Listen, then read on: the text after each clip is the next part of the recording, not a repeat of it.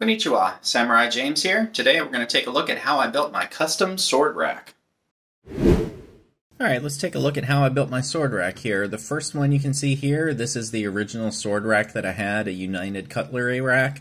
It worked okay and I had it for quite a while and it was just time to make something a little bit better, so here's how I did it. First thing, of course, is gather up all your materials and tools. You can see right here the next thing that I've done. I've grabbed a clamp and I've clamped down the existing rack that I had to the new board that I want to make it out of. The original one was particle board and I just wanted to get something that was actually made out of solid wood, so I used the original as a template. And over here you can see it's simply clamped down at the far end. For this first one, I'm going to show you one of two different ways that you can cut these out. Now for this, I've opted to use a handheld router with a flush cut bit. You can see the little spinny part on what is the top of the picture here and is actually the bottom of the router. What this does is let me trace that board that I clamped down earlier from the original rack to use as a pattern. Now if you wanted to make a copy, you could also just clamp it down, trace the outline to it, and then cut it freehand with a jigsaw, hand file, drill, whatever else you need to get that shape cut out. But I found this to be the easiest way. Now in this image you can see I've started basically cutting through here and then tracing around. Note that I did start in the middle rather at either end. This first one I'm cutting by using just the router to show that you could do this with only a router. And what I did was basically nibble in a little bit from the side till I got to the actual rack, which you can see as the black pieces underneath, and then used it to start tracing my way up the piece. And in this picture you can see I've made a little bit further. I've cut a few more of them up there. You can see it's doing a nice clean tracing cut there. And I've also moved one of the clamps to get it into a better position to hold things as I move my way down the line. And here's some more progress. You can see right to the left edge where I began coming into start tracing around the piece and just worked my way up as I went along. I didn't cut out all of the excess, which is the pieces closest to the bottom here, because I'm going to leave it in place and I'm just going to let it fall off once I reach the end of the piece.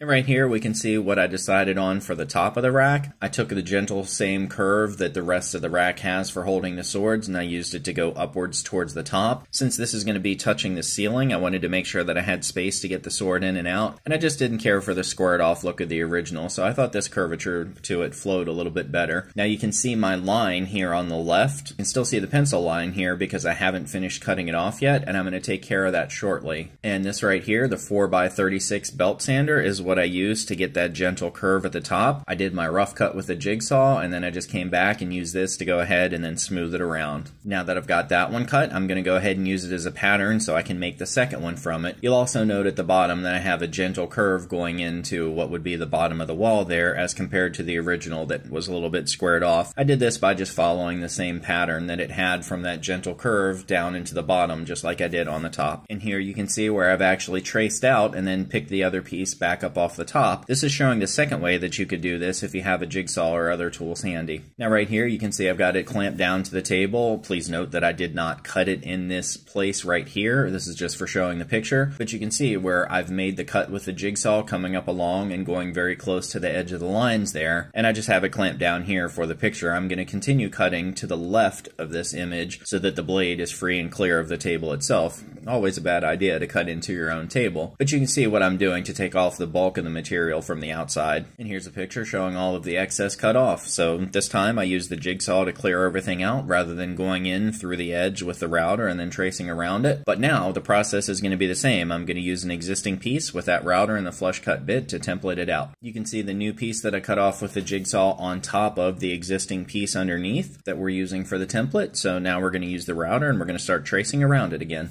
So here's some progress made. In this case, it's okay to work directly over top of the table because the router bit does not go far enough down to touch the table. It's just tracing along that lower piece, so there's no damage to the table by working on top of it. The clamps help keep everything in place, and I basically just started in the middle and started following along.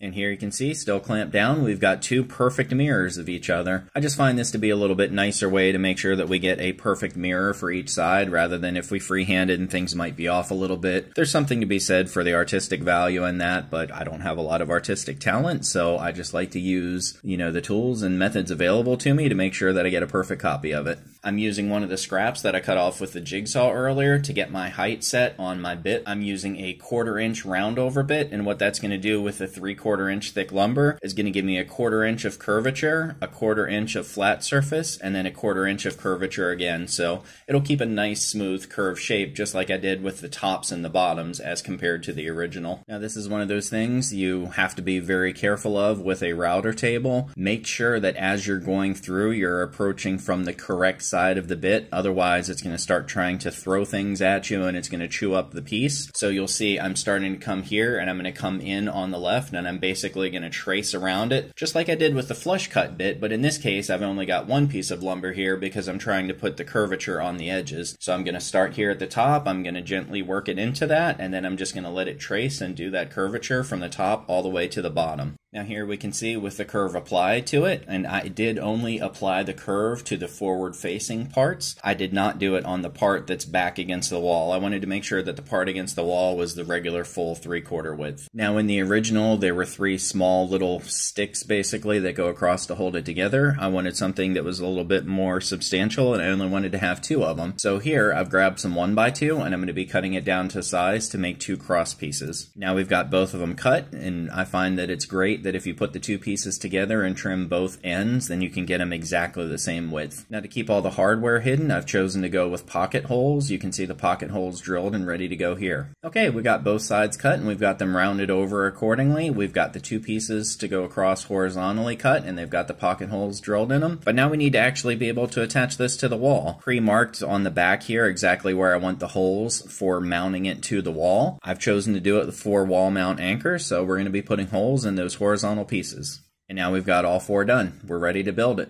You can see here where I'm putting the pocket hole in. I am letting it sit a little bit freestanding, but by pushing down from the top, I'm putting just enough pressure to hold it in place. And you'll see that I bumped it forwards just slightly from the back. This is to make sure that it doesn't hit the wall and stick the sides out at all. I want to give it just a little bit of clearance. This is about a 1/16 or maybe 1/8 of an inch. Doesn't have to be perfect. It's just enough of it to space it out just a little bit to account for any irregularities in the wall and to keep the sides looking nice. So the first one is on. You can see I'm putting the second one in place, and you can also see the little tick mark right near it. That lets me know exactly where I need to set it to make sure that they're lined up on both sides. I did this by putting the 2 pieces directly on top of each other, making sure they sat flush, and putting a mark across both of them at the same time. And here we go, a picture of my foot as well as the actual rack itself assembled. Now it looks like it's a little bit lopsided right here, but that's just because I was holding the camera with one hand and then the rack with the other. It's actually perfectly squared out. Alright, here's an in-progress photo. I went with a light honey oak stain, and this is partially stained. And here it is stained on the wall. Now the top horizontal piece is a little bit different in height from the top to that piece versus the bottom to the horizontal piece. I did this because the top 2 spots are going to be for a tanto and a wakizashi, and because of that, the tsuba is going to be close to the wall there, and I wanted to make sure that the katana, which is going to sit on the 3rd spot there, had space to sit out, so I had to move that beam down to make sure that everything would fit properly. You can see part of my reason for having them aligned this way, top to bottom from small to large, because the ceiling in this room slopes off, and you can see that angle here at the upper left. Now here's a few things on it. I've got my Tanigashima Teppo replica at the bottom. I've got my customized nodachi, and above it my customized nagamaki. And here's everything. From top to bottom, we have a tanto, a wakizashi, a katana, a nagamaki, a nodachi, and the Tanigashima Teppo. I'm going to have an upcoming video that talks about the different lengths of the swords here, so keep an eye out for that one. And now here we go, the full display with a shoji screen back in front and the armor in front of it. The flag off to the right is here a little bit temporarily. I need to get a better mounting bracket for it, and I want to get a slightly bigger flag that'll probably be presented on the left-hand side. But for now, that's going to wrap. This is Samurai James saying thanks for watching, and sayonara.